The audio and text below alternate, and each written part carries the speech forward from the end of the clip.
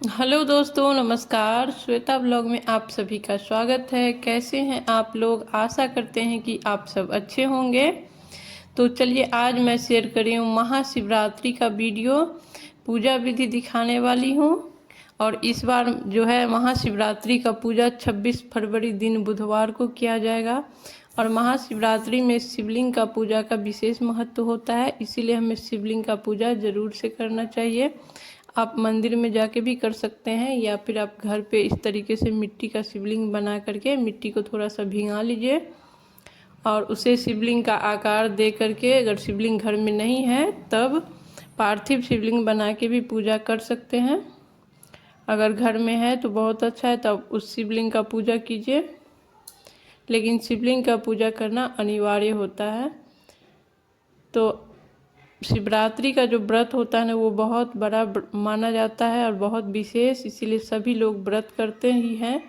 अगर व्रत नहीं कर पा रहे हैं तो पूजा आपको ज़रूर करना चाहिए, क्योंकि शिव भक्त के लिए शिवरात्रि जो होती है वो बहुत बड़ा ही पूजा होता है, बहुत बड़ा पर्व के तौर पे हम लोग मनाते हैं। तो चलिए वीडियो में आगे बात करते हैं। यहाँ पे देखिए, मैं एक शिवलिंग बना ली हूँ मिट्टी से, क्योंकि मेरे घर में जो है ना शिवलिंग नहीं है, मैं शिवलिंग नहीं रखी हूँ। मुझे जब भी पूजा करना होता है तो मैं पार्थिव शिवलिंग बना के ही कर लेती हूँ। और पीछे शंकर, गौरी और गणपति का फोटो है, उनको बैठाएंगे। और साइड में हम कलश बैठा रहे हैं। कलश जो है, सभी पूजा में कलश बैठाने से पूजा विशेष हो जाती है, पूर्ण हो जाती है। तो इसीलिए कलश हमें ज़रूर बैठाना चाहिए। वैसे आप बिना कलश का भी पूजा कर सकते हैं। कहने का मतलब है कि पूजा करने का कोई अंत नहीं है, शिव को अर्पित करने का कोई अंत नहीं है। तो आप बहुत छोटा से छोटा भी कर सकते हैं और बहुत बड़ा करने का तो कोई अंत ही नहीं है।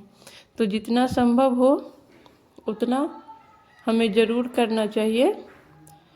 तो देखिए, हम एक प्लेट में रख लिए हैं पार्थिव शिवलिंग, और नीचे जो है अक्षत, चंदन और एक बेलपत्र डाल के हम प्लेट के सहित रखे हैं, क्योंकि उठाएंगे तो वो फिर टूट जाएगा, क्योंकि अभी अभी बनाए हैं।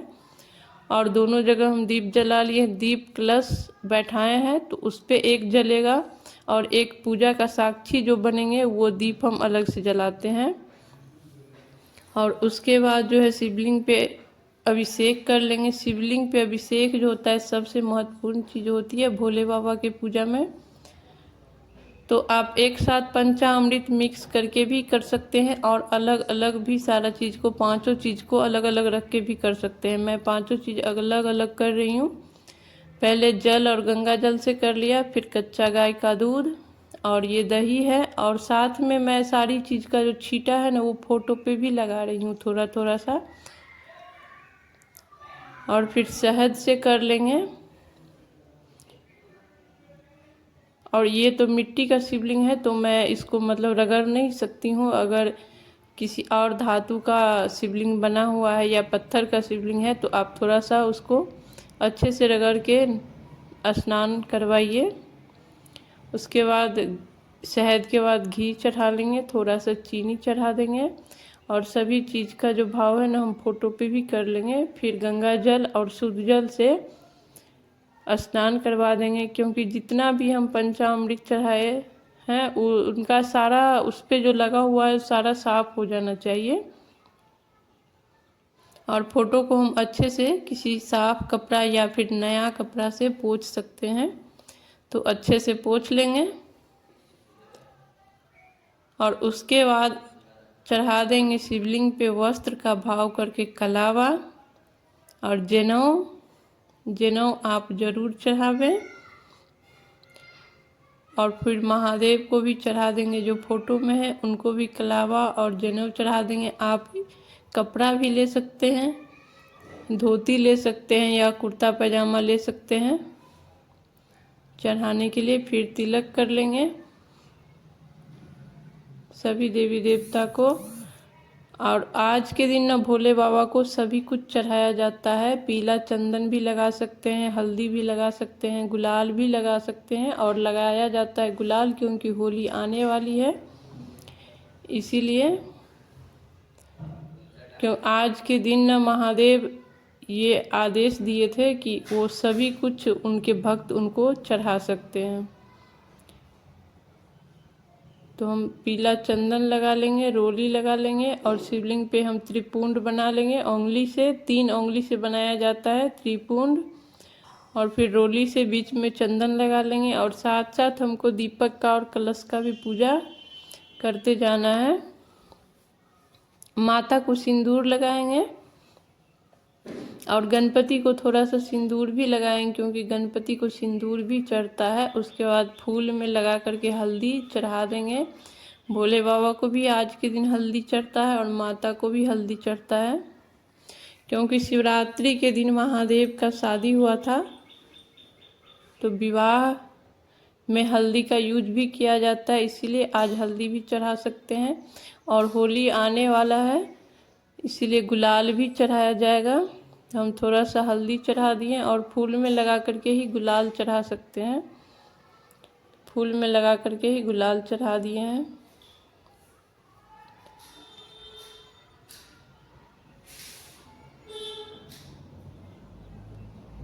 उसके बाद चढ़ा देंगे अक्षत। अक्षत में ध्यान रखना है कि टूटा हुआ नहीं होना चाहिए। साबुत चावल चढ़ाइएगा, थोड़ा सा तिल, थोड़ा सा हरा मूंग, फिर चढ़ा लेंगे इत्र, थोड़ा सा इत्र। इत्र हमें ज़रूर चढ़ाना चाहिए। तो आप कॉटन में लगा के भी चढ़ा सकते हैं या फिर फूल में लगा के भी चढ़ा सकते हैं थोड़ा सा।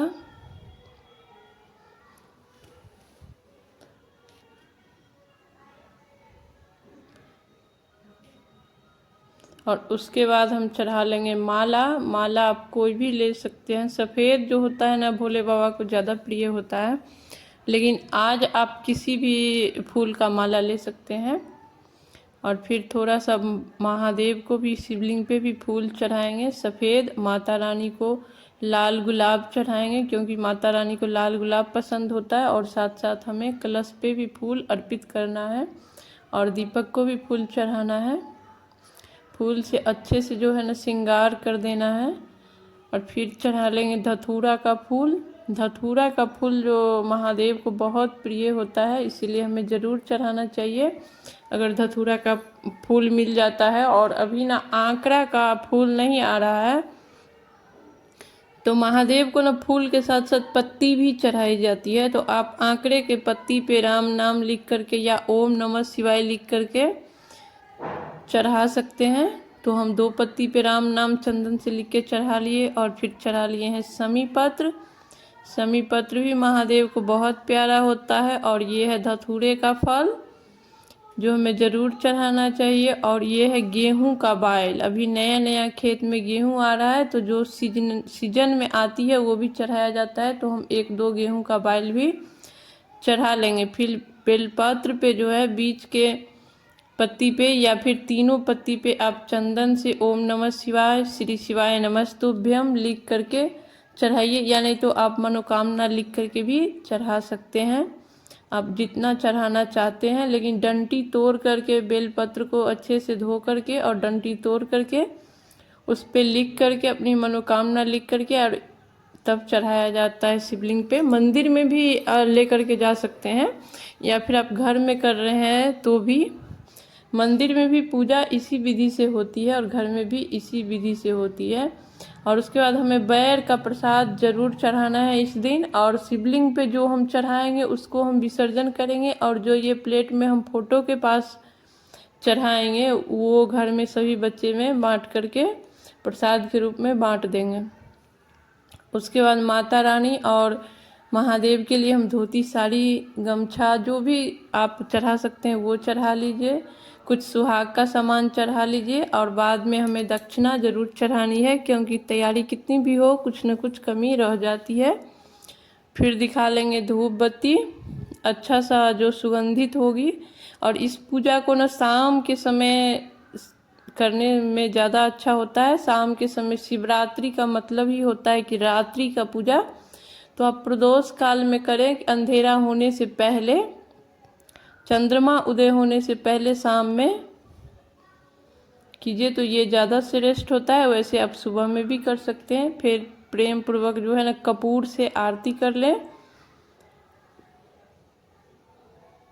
क्योंकि ये महादेव का जो है ना कपूर से आरती होता है। और जो भी आपका महादेव का आरती आता हो, यानी तो कर्पूर गौरम करुणावतारम करके आप आरती कर ले घंटी बजाते हुए। तो ये पूजा हो चुका। तो वीडियो कैसा लगा? आप घर पे या मंदिर में दोनों जगह पूजा कर सकते हैं, और ये प्रदोष काल में करना सर्वश्रेष्ठ होता है। तो आप सभी को महाशिवरात्रि का ढेर सारा शुभकामना, बहुत बहुत बधाई हो। महादेव की कृपा सभी लोगों पे बने रहें, आप सभी लोगों का सभी मनोकामना पूर्ण हो। तो आज का वीडियो यहीं पे समाप्त करते हैं, फिर मिलेंगे किसी नए वीडियो के साथ। मेरा वीडियो ज़रा भी अच्छा लगा हो तो प्लीज़ चैनल को सब्सक्राइब करें, लाइक करें। वीडियो देखने के लिए बहुत बहुत बहुत धन्यवाद।